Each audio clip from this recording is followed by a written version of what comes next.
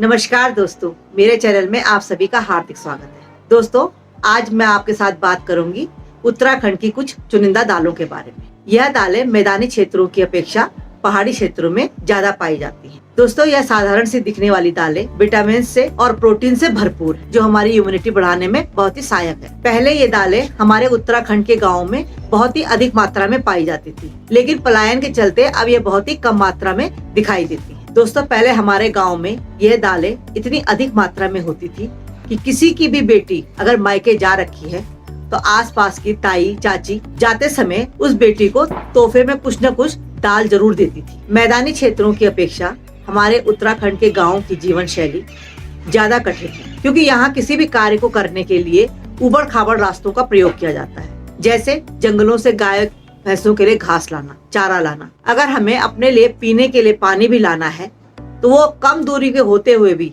यहाँ के उबड़ खाबड़ रास्तों के चलते ज्यादा कठिन प्रतीत होता है। उसमें गांव के लोगों को ज्यादा मेहनत करनी पड़ती है। तो चलिए मैं उनमें से आपको कुछ दालें दिखाती हूँ।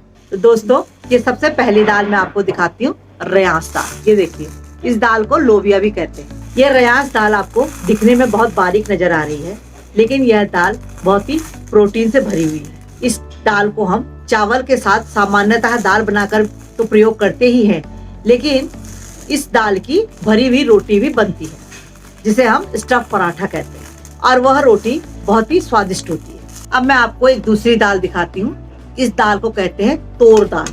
इसको हमारे उत्तराखंड में तोर बोलते हैं, लेकिन वैसे इसका नाम तुअर दाल है। हमारे मार्केट में यह तुअर दाल के नाम से बिकती है। इस दाल की विशेषता भी यही है कि इसे हम दाल बनाकर प्रयोग करें, चाहे इसका स्टफ पराठा बनाकर प्रयोग करें।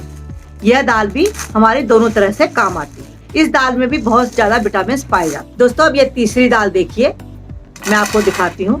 दिखने में ये दाल कितनी सुंदर लग रही है। इस दाल को हमारी पहाड़ी भाषा में भट कहा जाता है, जिसे कि हम लोग अपनी शहरी भाषा में सोयाबीन कहते हैं। यह सोयाबीन की दाल कई रंगों की होती है, जैसे काले रंग की, क्रीम कलर की, और ये देखिए आप ग्रीन कलर की, हरे रंग की। इस भट की दाल का प्रयोग 4 तरह से हम कर सकते हैं। पहले तरह से है कि जब जाड़े ज्यादा होते हैं तो हमारे गांव में रात को रोटी वोटी खाने के बाद गरम तवे में इन्हें भूनते हैं, और बहुत देर तक भूनने के बाद जब ये चटकने लगते हैं तब इनको निकाल कर गरम गरम खाते हैं। कहते हैं इससे शरीर में बड़ी गर्माहट आती है। कड़कती हुई ठंडी में यह जो शरीर में गर्माहट लाता है, यह एक दवा का ही काम करता है। पहली तो इसकी विशेषता ये मैंने आपको बताई। अब दोस्तों, दूसरी विशेषता इसकी यह है कि हम इसे भिगा सकते हैं, और भिगा कर इसको 2 दिन बाद अंकुरित करके ऐसे भी खा सकते हैं। तीसरी ये है कि गांव में भट की दाल भी बनती है, और एक हमारे उत्तराखंड में नाम है जिसको बोलते हैं भट गिंजौड़ी। मतलब इसको चावल के साथ मिलाकर खिचड़ी की तरह बना सकते हैं,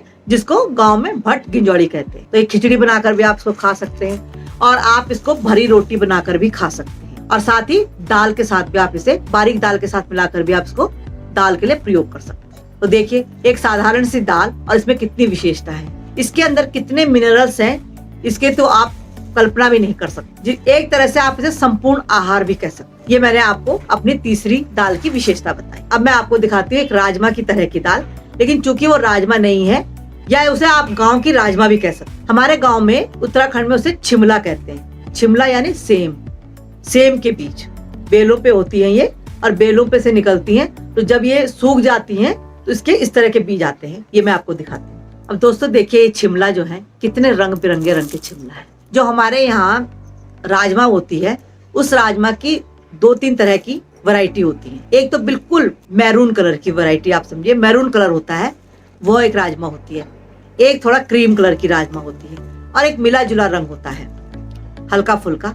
लेकिन यह जो हमारे उत्तराखंड के छिमला जिनको बोलते हैं, इनमें देखिए आप कितने रंग हैं, विभिन्न प्रकार के रंग हैं। इस दाल को हम बारीक दाल के साथ मिलाकर प्रयोग में ला सकते हैं, और ये बिल्कुल राजमा जैसा ही स्वाद देती है। अगर मैं ये कहूँ कि ये राजमा से भी ज्यादा अच्छा स्वाद देती है, तो यह भी गलत नहीं है।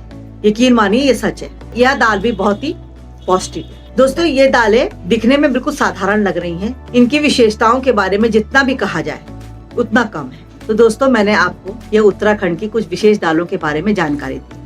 आशा है आपको ये जानकारी जरूर पसंद आई। आप जब भी उत्तराखंड यात्रा पर उत्तराखंड के भ्रमण के लिए निकले तो लोकल दुकानों में इन दालों को जरूर पूछिए और जब आप इनका उपयोग करें और इनका स्वाद लें तो हमें जरूर बताएं कि आपको कैसी लगी। मुझे पूरा यकीन है आपको बहुत ही स्वादिष्ट और अच्छी लगेगी। दोस्तों, अगर आप इन दालों में से किसी भी दाल की रेसिपी के बारे में जानना चाहते हैं तो कमेंट्स बॉक्स में जरूर लिखिए।